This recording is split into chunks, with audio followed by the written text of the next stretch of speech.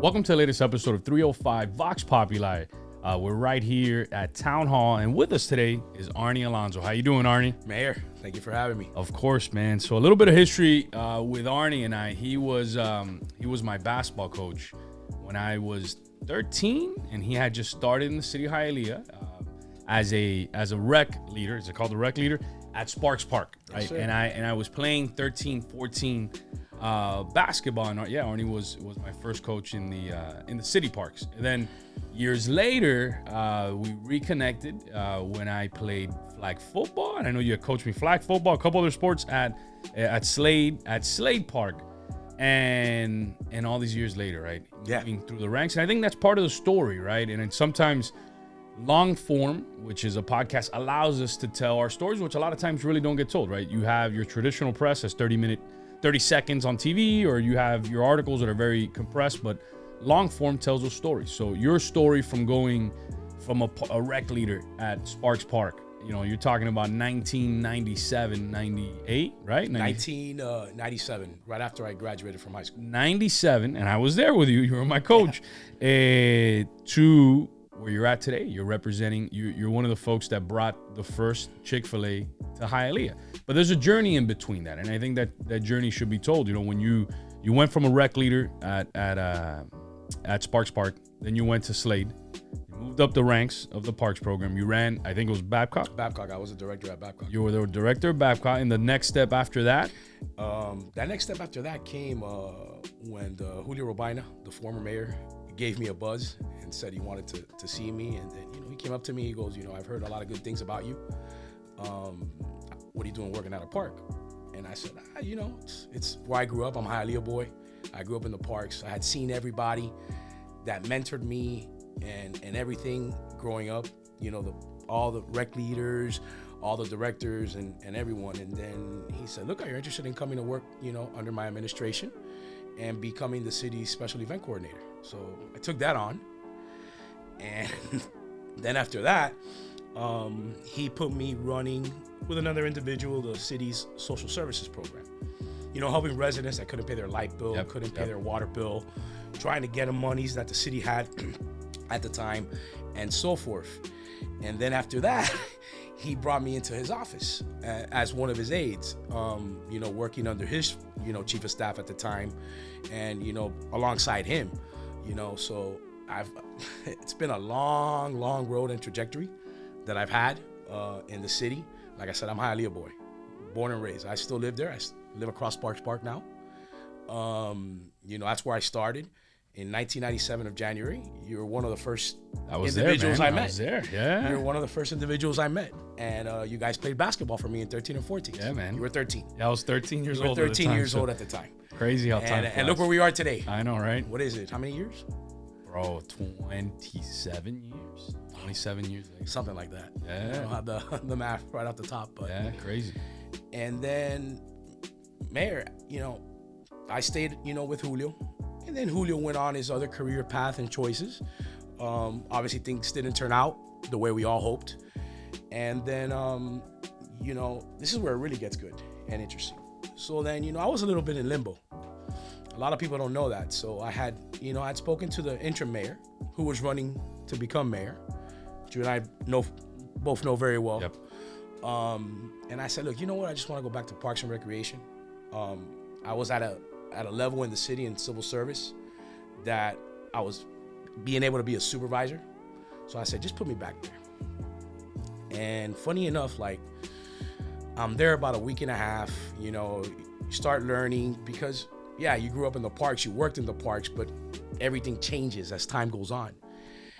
And I was just sitting there in my office, I was reading an email, and someone calls me as I'm reading that email, and they says, I heard you asked to go back to Parks and Recreation. I'm not gonna mention that person. And I said, yeah, I did. Why? I'm like, she goes, do you know how talented you are and what you bring to the table? She goes, you need to call the mayor right now, as soon as we hang up, and ask to go and meet with him. So, I said, let me think about it. Give me a day. So the following day, I spoke to the person again. We had a conversation and all that. And it was funny because my mom was very close to the mayor's dad. They used to work together. And the mayor didn't know that. The mayor finds out this later on in time. And the mayor's dad used to take me off and drop me off at the park at Bucky Dent when I was a kid. Like, he would pick me up at school or take me to my mom's job because she was working in West Hialeah, or he would drop me off at Bucky Dent, and then I would just get picked up or walk home because you know where I grew up, in front of Bucky Dent. Yeah, I took you home sometimes, man. So I'll never forget that. Yeah. When you were working at Slade, and if you didn't have a car or something, whatever, you're like, "Hey, Sid, give me a ride home." Yeah, I'll give him a ride home. But crazy, man. So, I said, you know what, I'm gonna call him, and we got together. We had breakfast at IHOP. It was on my birthday, actually. We were there for 2.5 hours, and the rest is history. He offered me to become chief of staff. And I said yes, and like I said, the rest is history. And here I am today. No, 100%. But I think part of that story, and now you have all these clients. You're now in the advocacy part, right, where you're utilizing your wherewithal from your years in public service, and you're helping out businesses navigate the process. But that first job, did you have un padrino? Like, cause I think there's, in terms of your first job at Sparks, or was that you just applied? No, I'll tell you the story. Because I think a lot of times kids. So I graduated from American because Goldman wasn't built back then. Got it. I remember that you went. We to didn't American. have the Matters of the world. Yep. And there was no school choice back then. No. It was, if you lived west of the Palmetto, you went to American. If you lived east of the Palmetto, you went to HML, and then there was a little line that sent you to Hialeah High. Yep. I loved American. I enjoyed my high school years and all that, and it was great. So growing up in the parks, everybody goes, "Hey, why don't you apply? I had started FIU. I wanted to get ahead, so I had enrolled in the summer. I didn't want to work in the summer, and I was also traveling with my parents at the time. So I waited, and then I started the fall, and then when I went to apply, there was no openings. But since I knew so many people by growing up, since I was 8 years old in the Parks and Recreation program, which I think to today is still one of the best in the nation. Everybody knew me. So finally one day, I had gone and applied, left my application. Finally one day, they called me. I interviewed. At the time, the person that interviewed me was John Sigler. Got it. And then my first job was at Sparks Park. That's awesome, man. That's awesome. So going through that process, and then getting to the level of being the chief of staff to what, the fifth largest city? Sixth largest city? Sixth largest city in the state of Florida. Some people believe that the census count is it's a little off. So it's off. But if it were for you, talking about maybe fourth. If people would actually participate, which is a good thing if they do, because they don't understand the correlation of by participating, but there are people that are fearful because of their immigration status. But that doesn't matter. That's not asked. That's irrelevant. People don't understand that the census is so important, because that means you get more monies from the federal and the state level. That come down to you. And we talked about it last night with the whole zip code issue and what happens north of us. Everybody thinks they live in Hialeah, like where Matter Lakes is at. It says Hialeah, so they think they live in Hialeah. I would tell you, and I don't know if you know this little tidbit. At 12 o'clock noontime in Hialeah, there's over 1 million people. Every day. Wow.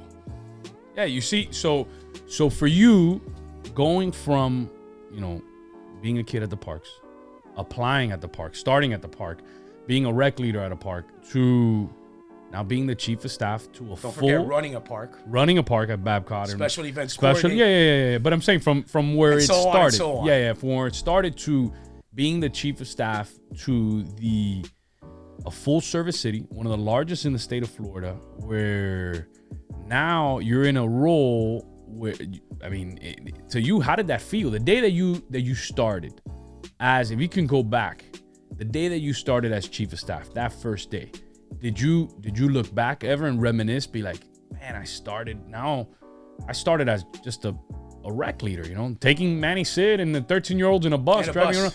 So now I'm helping run the show. I'm the mayor, and it's me, So how did that? Did you ever look back, and did you ever reminisce, or did it ever hit you? Manny, I didn't look back at the time. I looked forward. because it was something that I had seen others do, and I had seen, others that came before me, not only in the city of Hialeah, but in other municipalities and in other, forms of government that served in the role that I served. I didn't look back.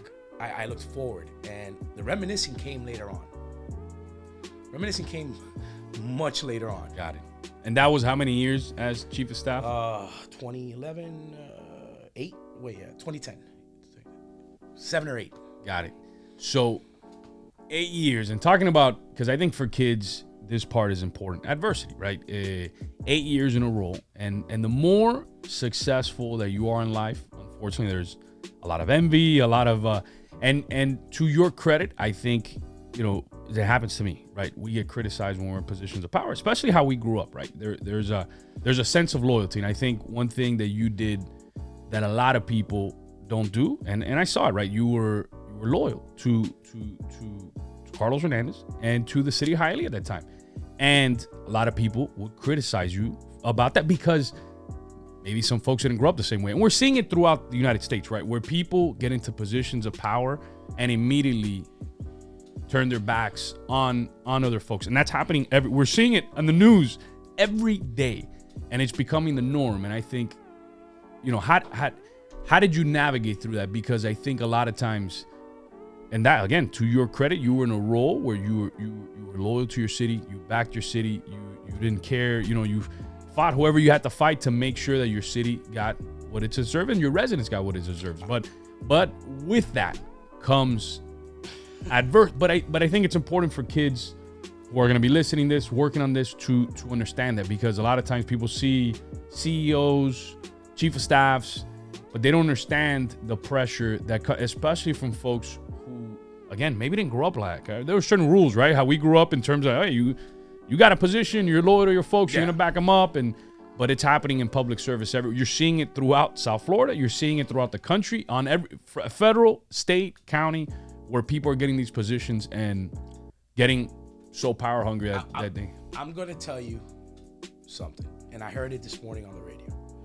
I was listening to a program and someone said that, listen, in life, if someone is talking about you, mentioning your name or anything, good or bad, guess what? You're making an effect. And I didn't care. I didn't care about the noise. I didn't care about the noise because I had a job to do. My job was to represent the citizens of Hialeah and help the mayor administer and run the city. I didn't care what people thought, this is that. Listen, we're sitting here talking about my story. I guarantee you that a lot of those people that were talking, all the haters with all the noise, don't know that story. And I really don't care. I really don't care. Because there's a person that, like I said, I'm born and raised, still live in the city. I love my city. Okay? And I kept on, and I never. So, you know what? To all that, you're going to face adversity in life. But you got to eliminate the noise. You got to focus on your task and what you need to do and the job in front of you. You can't worry about the rest. You can only worry about what you can control. Everything else is insignificant. It's whether you're, like you said, to these kids and all that, if you're a chief of staff, if you're a CEO, if you're a manager, a supervisor, focus on your task. Focus on the job at hand and don't worry about the rest. That's the way I did it. And let me tell you, it's a lot of pressure. It was, you're on call 24/7, okay? And for some reason, they couldn't get a hold of the mayor. They had to get a hold of me. And there were times you had to make decisions on the fly, and then you had to brief the mayor, hoping you made the right decision.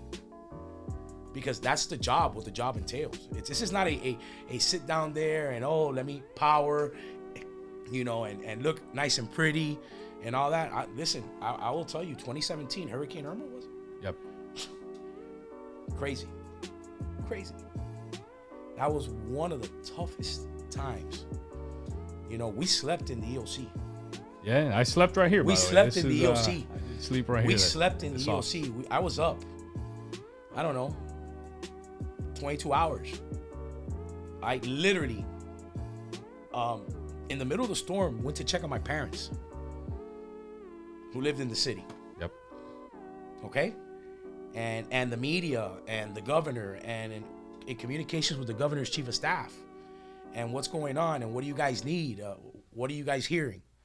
You know, it was crazy. It was crazy. And that's just one example.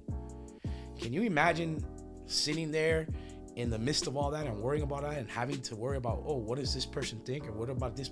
No. No. Yeah, and I think that's important because we live, and I hear it all the time, especially from young folks, especially with social media now, that everybody is very self-conscious, right? So people are afraid to take those leadership positions, or sometimes when they're in there, they're so unsure of themselves that they're easily influenced to go. I mean, and that's why you see, and it goes back to the main point where I think you were that example of you were loyal to your city, you were loyal to Carlos Hernandez, and again, people criticize it because people nowadays that style of loyalty doesn't exist, right? In politics, right? No. So I think it's important for kids to hear that, and Arnie, going through all those years to where you're at today. Now you're using all your years, all your skill sets, everything you've learned of navigating from the Hurricane Irma, from everything, to now helping out businesses. You have 11 clients. Can you, or some of those, can you name? I can mention some of those. Who are some of those clients today? Amscott Financial. Okay. La Colonia. Just to name a few. Got it. You know, and these have been 11 clients that have been with me from day one. Because as you go, you know, you get clients that you are approached by that have a need and you need to advocate on their behalf. And for example, Chick-fil-A, you know, someone had told them, oh, you know, you need to call Arnie. And they called me. And you know what? I was part of opening the first Chick-fil-A ever in the city of Hialeah. Oh, you got, what's up? Isn't that cool or what? Brought Chick-fil-A to, have you guys eaten at that Chick-fil-A? What's that? Is it the one on 49th Street? It's the one on 49th and 16th. And now we have two. That was the old school Miami Subs. Correct. You remember that? The old school Miami Subs. Miami Subs. Well, now we have two. Yeah, the other, it opened already? It just opened a couple months ago. That's awesome. It just opened a couple months ago. That was also, they were also your client? No, because that, they have a different entity, the way they run things. So it didn't fall, and they were on it's a long story, but that one is a little different than the one on 49th and 16th. The one on 49th and 6th Street is the person that they get picked out of that. Remember, they have a system that they do a lottery or something. Yeah. And all that. That's one that they did is a different format. And I got to give kudos to the current mayor, Steve Bobo, and the job he's done, and continuing, you know, to build up this city, and to bring. When have you heard of having two Chick-fil-A's within less than, I think it's a quarter mile? Yeah, no, there was, for a long time, nobody. Interesting facts, right? Nobody thought that, and I grew up in Hialeah, nobody thought that these national corporate chains can succeed in Hialeah. And I think what is it called? The Olive Garden or the Longhorn is like the Longhorn. True story. The Longhorn and Olive Garden both was under Carlos. Yep. And I was chief of staff, and we sat down with them. We told them, this is where you gotta come. This is where you need to be. Do you know the demographics here? Do you know the amount of people that leave Hialeah to go to your restaurants? Okay, that are outside. And you know, they have their system, they have their way of doing stuff to see numbers and everything.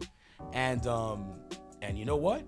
They opened. And I think it's one of the top grossing ones in the nation. I don't know what it is. I'd heard that. I know at the Starbucks on 49th, okay, is like one of the top grossing. In the nation. What's up? Forget about Seattle. No. It's all Starbucks on 49th. On 49th and 6. I think it's 6. All right. Or 7. So that's cool, because I remember back then they were like, there's no chance Starbucks can. And at one point we had 3. You're right. Right. We had 3. We had the one on 49th and 6. We had the one on the Target, which on 49th and 16th. Yep.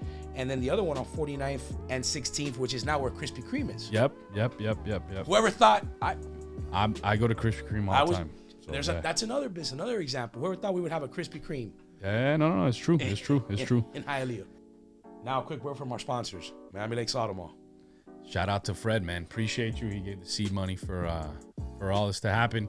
And then Arnie, what do you think? Have you ever seen a mayoral office with a mural like this? It's a Miami style. No, I like it. I actually like the Vox Populi. So it was Grisel Gajano, who's a school counselor during the day and an artist at night. Shout out to Grisel. She's a great human being and a great artist. Want to thank another amazing person, individual, Enrique Santos, and I heard he donated the road that you guys need. So, that's great. Kudos to him. Shout out to Matter Lakes Broadcasting. These folks do a great job. 120 students in the program. Albert, Brent, the entire team, Papa Bear. Love these folks. They go above and beyond to make sure that students are prepared for the future and they're exposed to leaders in our community. Can't forget Domenico's Pizza. Great food. What do you eat there, man? Everything. All right. Man, they even got deli subs. They got it all. Hot everything. Subs. Man, their pasta. Everything is good. Their vodka sauce. That's good stuff. Good stuff. So we got to head out now and go try some of that food. So Arnie, I know the kids and some of the teachers, they got some questions lined up for you. Who's gonna break the ice? I have a question. Sure. So you touched up on how you enjoyed your high school years in American Senior, and how did your school open up ideas to your career, or did you decide that later in life? No, it's funny. I don't know. Ever since when I was a kid and all that, I was always intrigued by politics, and government and history, and all that. And I would always watch the news. I was always watching the news. I was interested in politics. My dad, when he was alive, he helped one of the former mayors. And I remember him, we have signs now on street corners. Well, my dad had a sign on top of the roof of his car for that individual. He went on to be mayor for a long time, but that's a different story for a different day. And I just liked it. And I knew that that's the field I wanted to go in. So I majored in political science with a minor in international relations. I grew up during the times of the Cold War, Reagan, and you would watch the news and you would see what was going on when the Berlin Wall came down. I don't know if you guys were born at that point, but these kids were born I was in school. I was in elementary, junior high, and then high school. So yeah, you guys didn't see that, and I just liked it. And you know what? It was an easy transition. Went to FIU, graduated, and that was it. It was not hard. Thank you. If you didn't take on political science, what do you think you would have majored in, or what do you think you would have grown up to be if you didn't take this role? I don't know, because I'm the individual that always likes to focus on the task in front of you. And I had a plan. And I knew what I wanted to do. And if it didn't work out, I knew what I was going to do then, which was stay in the parks. And be what all those individuals that mentored me for so many years, ended up retiring from. A director, a supervisor, maybe to the point of superintendent. I had an idea, but that was it. So, I had choices. And how did you go about looking for your mentors? Or they just kind of came to you? They just kind of came. When you're in a park and you play sports and Manny will tell you, Manny played for me, we would have conversations with Manny. Sitting outside on the basketball court after getting done with practice at Slade Park, talking about politics and whatever, and so forth. Look where he is today. True story. I remember this one. This is real. Iraq, after 9/11, Iraq War was going on, and the park lights would turn off at 9. And I think you were taking some classes with Dario Moreno, or you had to spend, and we would sit there and we would all just talk for hours about. We kind of thought we knew what we were talking about, but we were literally talking about international relations. I'll never forget 9/11. I was at FIU in my international relations class, and everybody's beepers started going off and cell phones. Professor Kate, I remember the professor, and it was an international relations class, and here we were, not knowing, and you get out of class. My mom was calling me and telling me what was going on, and then you saw the extent, and then like I said, we would sit there and talk. It wasn't, oh, hey, come play basketball for me, Manny. Hey, come play football for me. No, we would sit there and, you know, Manny would have questions of us. They knew what we did. They knew that we were going to school, you know, and we would talk there about politics and about what was going on in the world. And like I said, look where he is today. He's the mayor of the town of Miami Lakes. Look where I'm at today. And I think that, you know, everything in life works itself out. 100%. You got 2 questions, guys. Ladies first. Do you have any advice for maybe like students like our age who want to take the same career path? Read a lot. I get up in the mornings, I get on my iPad, I have my coffee, I read, whether it's the Wall Street Journal, the Washington Post. Read and educate yourselves, and pay attention to what's going on in the world. Pay attention of what's happening around you. You know, it's not only here where you live and in the city that you live or where you're growing up at. A lot of things that happen around the world eventually have effects on what happens here, believe it or not. And, you know, some people don't understand that. So I would just tell you, you know, educate yourself, read, you know, learn current events, know what's going on, and, you know about your government. Look, you're here in a government building, okay? In the town of Miami Lakes, sitting down with the mayor. And I think that's important because you're gonna learn and you're seeing what he does on a daily basis, you know, and now you're learning what I do as an advocate on a daily basis. So I think you gotta learn and ask questions. We talked previously before the podcast about how it is that you came into your career and whether that was chance or through like a mix of like the right moment and, you know, going with the plan, right? What would you say would be your advice to someone that wants to get specifically into your career, and how would you, let me see if I can word this the right way, because you said that it was a mix of like the right moment, right?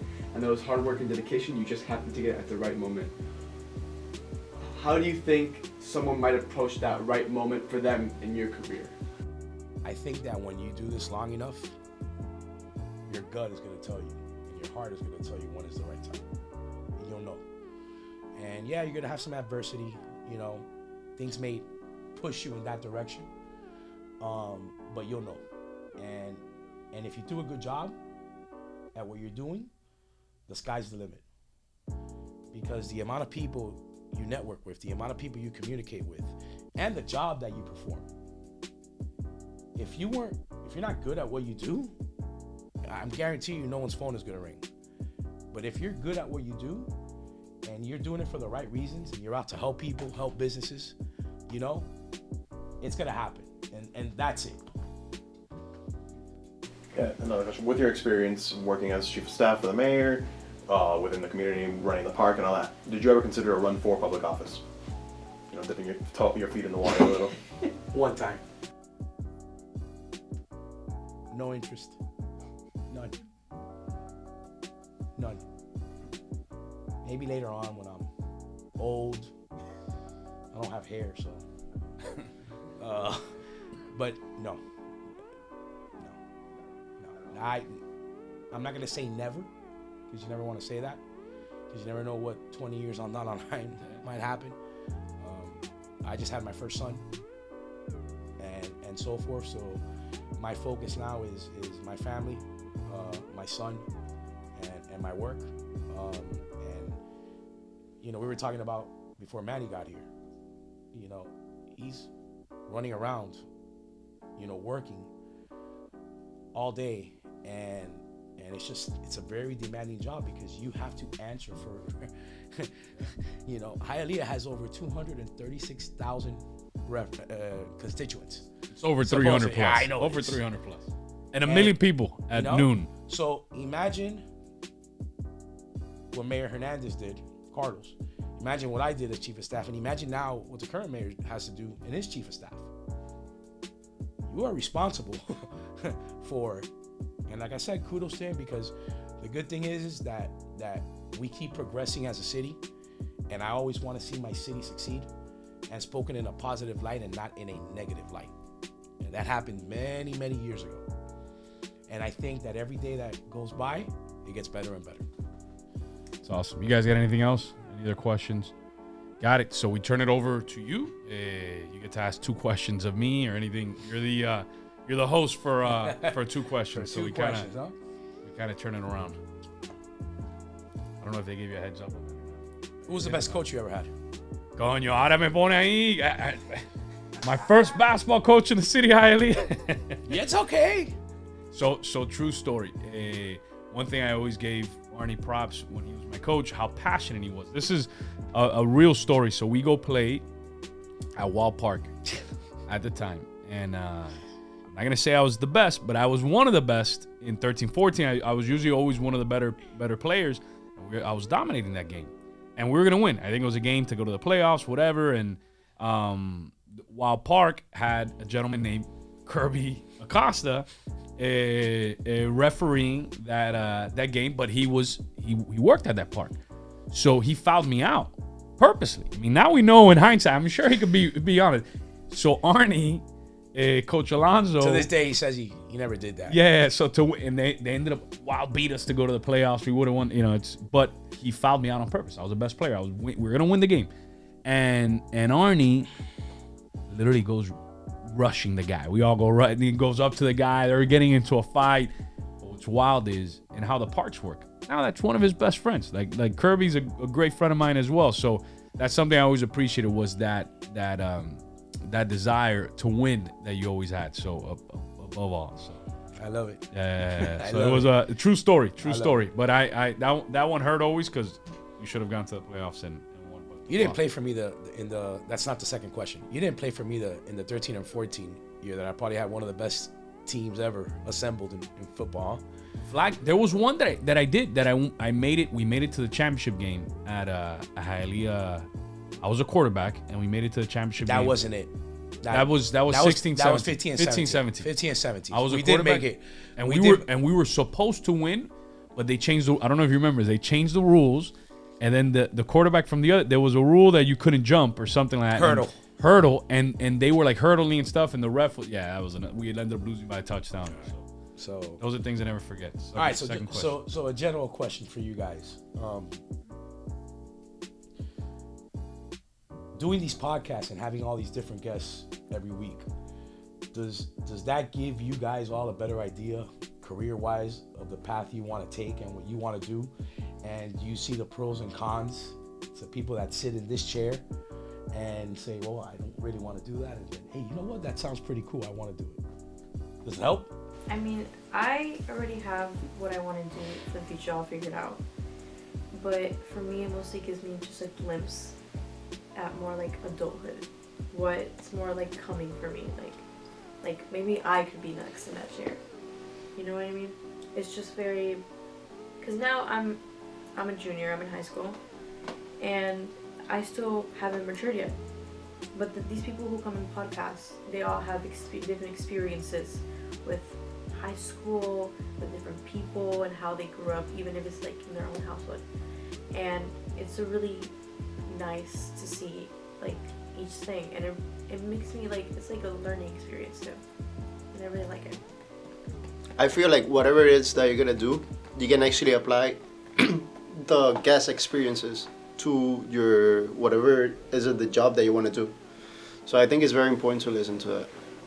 Yeah, I mean, personally, I have no idea what I want to do, and I think what this podcast does is that it's not that I kind of have like different things I want to figure out, but it does give me appreciation for people that do certain roles that I know that I probably couldn't do, or that are like way like either out there from what I want to do, or like but still are really important jobs, you know, like, or people who like work in government, people who are like, you know, working like such as yourself, lobbying, consulting, stuff like that. Stuff that, you know, personally I don't see myself doing, but I have an appreciation for those who, you know, sit there and put the time in to do it, you know. I think that you're all on the right path just by you sitting here and doing what you do with the show and being a part of this. 100%. And kudos. We'll talk about it a little bit later, but Albert and Brent run the broadcasting, and it'll come up on the screen in a second. Maddow Lakes Broadcasting, and they have 120 students that are part of the program. That's Right? great. Not only do the podcast, they're the envy of many schools because they do live sports reporting. They do so many awesome stuff, and it really is great. So Arnie, in closing, look at that camera and share some words of motivation, inspiration to that next Arnie Alonso, that kid who's at the park today in Hialeah, and he's like, and I don't know, can I do it? You know what I mean? And here's a story like yours where me and you, our parents were amazing parents, but they weren't powerful or wealthy, right? Nope. And we had to fight to get to where we're at. Nobody tapped us, and it is that journey. So words of inspiration, motivation to that next Arnie Alonso. Well, I hope that would be my son. If No, he chooses. no, exactly. I hope that would be my son, and hopefully he can make. That's it in a nutshell. Huh? That's it in a nutshell. There's nothing more you could add to that, So. I appreciate you coming on, and there you have it, from the parks all the way to helping open up Hialeah's first Chick-fil-A. And that's Arnie Alonso's story, which is one that we can apply to many of our lives, to many of the young kids in our community. Work hard, and look what you achieve moving forward. So tune in next Wednesday on YouTube, Facebook, X, and Instagram. Take care. Oh yeah, you gotta do the sponsors. You start off with the first one, I go to the second. Do I look at you or do I look at this camera? What? Alright, so let's just go through it real quick on the screen. So this one. First one is gonna be You do Automall. I want to do Dominicals. All right, let's see how it lines up. I'll do Grisel. You do Enrique. Okay. I do Matter Lakes Broadcasting, and then you do Dominicals. Yeah, it works. Yeah. So you start off. Yeah, you're gonna do Dominicals. All right. So how do you guys do that? You just say, listen, I want to thank all our sponsors. Yeah, thank you to our sponsors. But am I doing Enrique or he's doing Enrique? No, All right, so I got Grisel. Oh yeah, he got Enrique. So Enrique donated the Roadcaster. sound equipment. What's it called? The Roadcaster. Roadcaster. Yeah. Road. ROAD. Roadcaster. Road. Like in the movie. Yeah, Roadcaster. All right. Here we go. So Let's we'll go. start off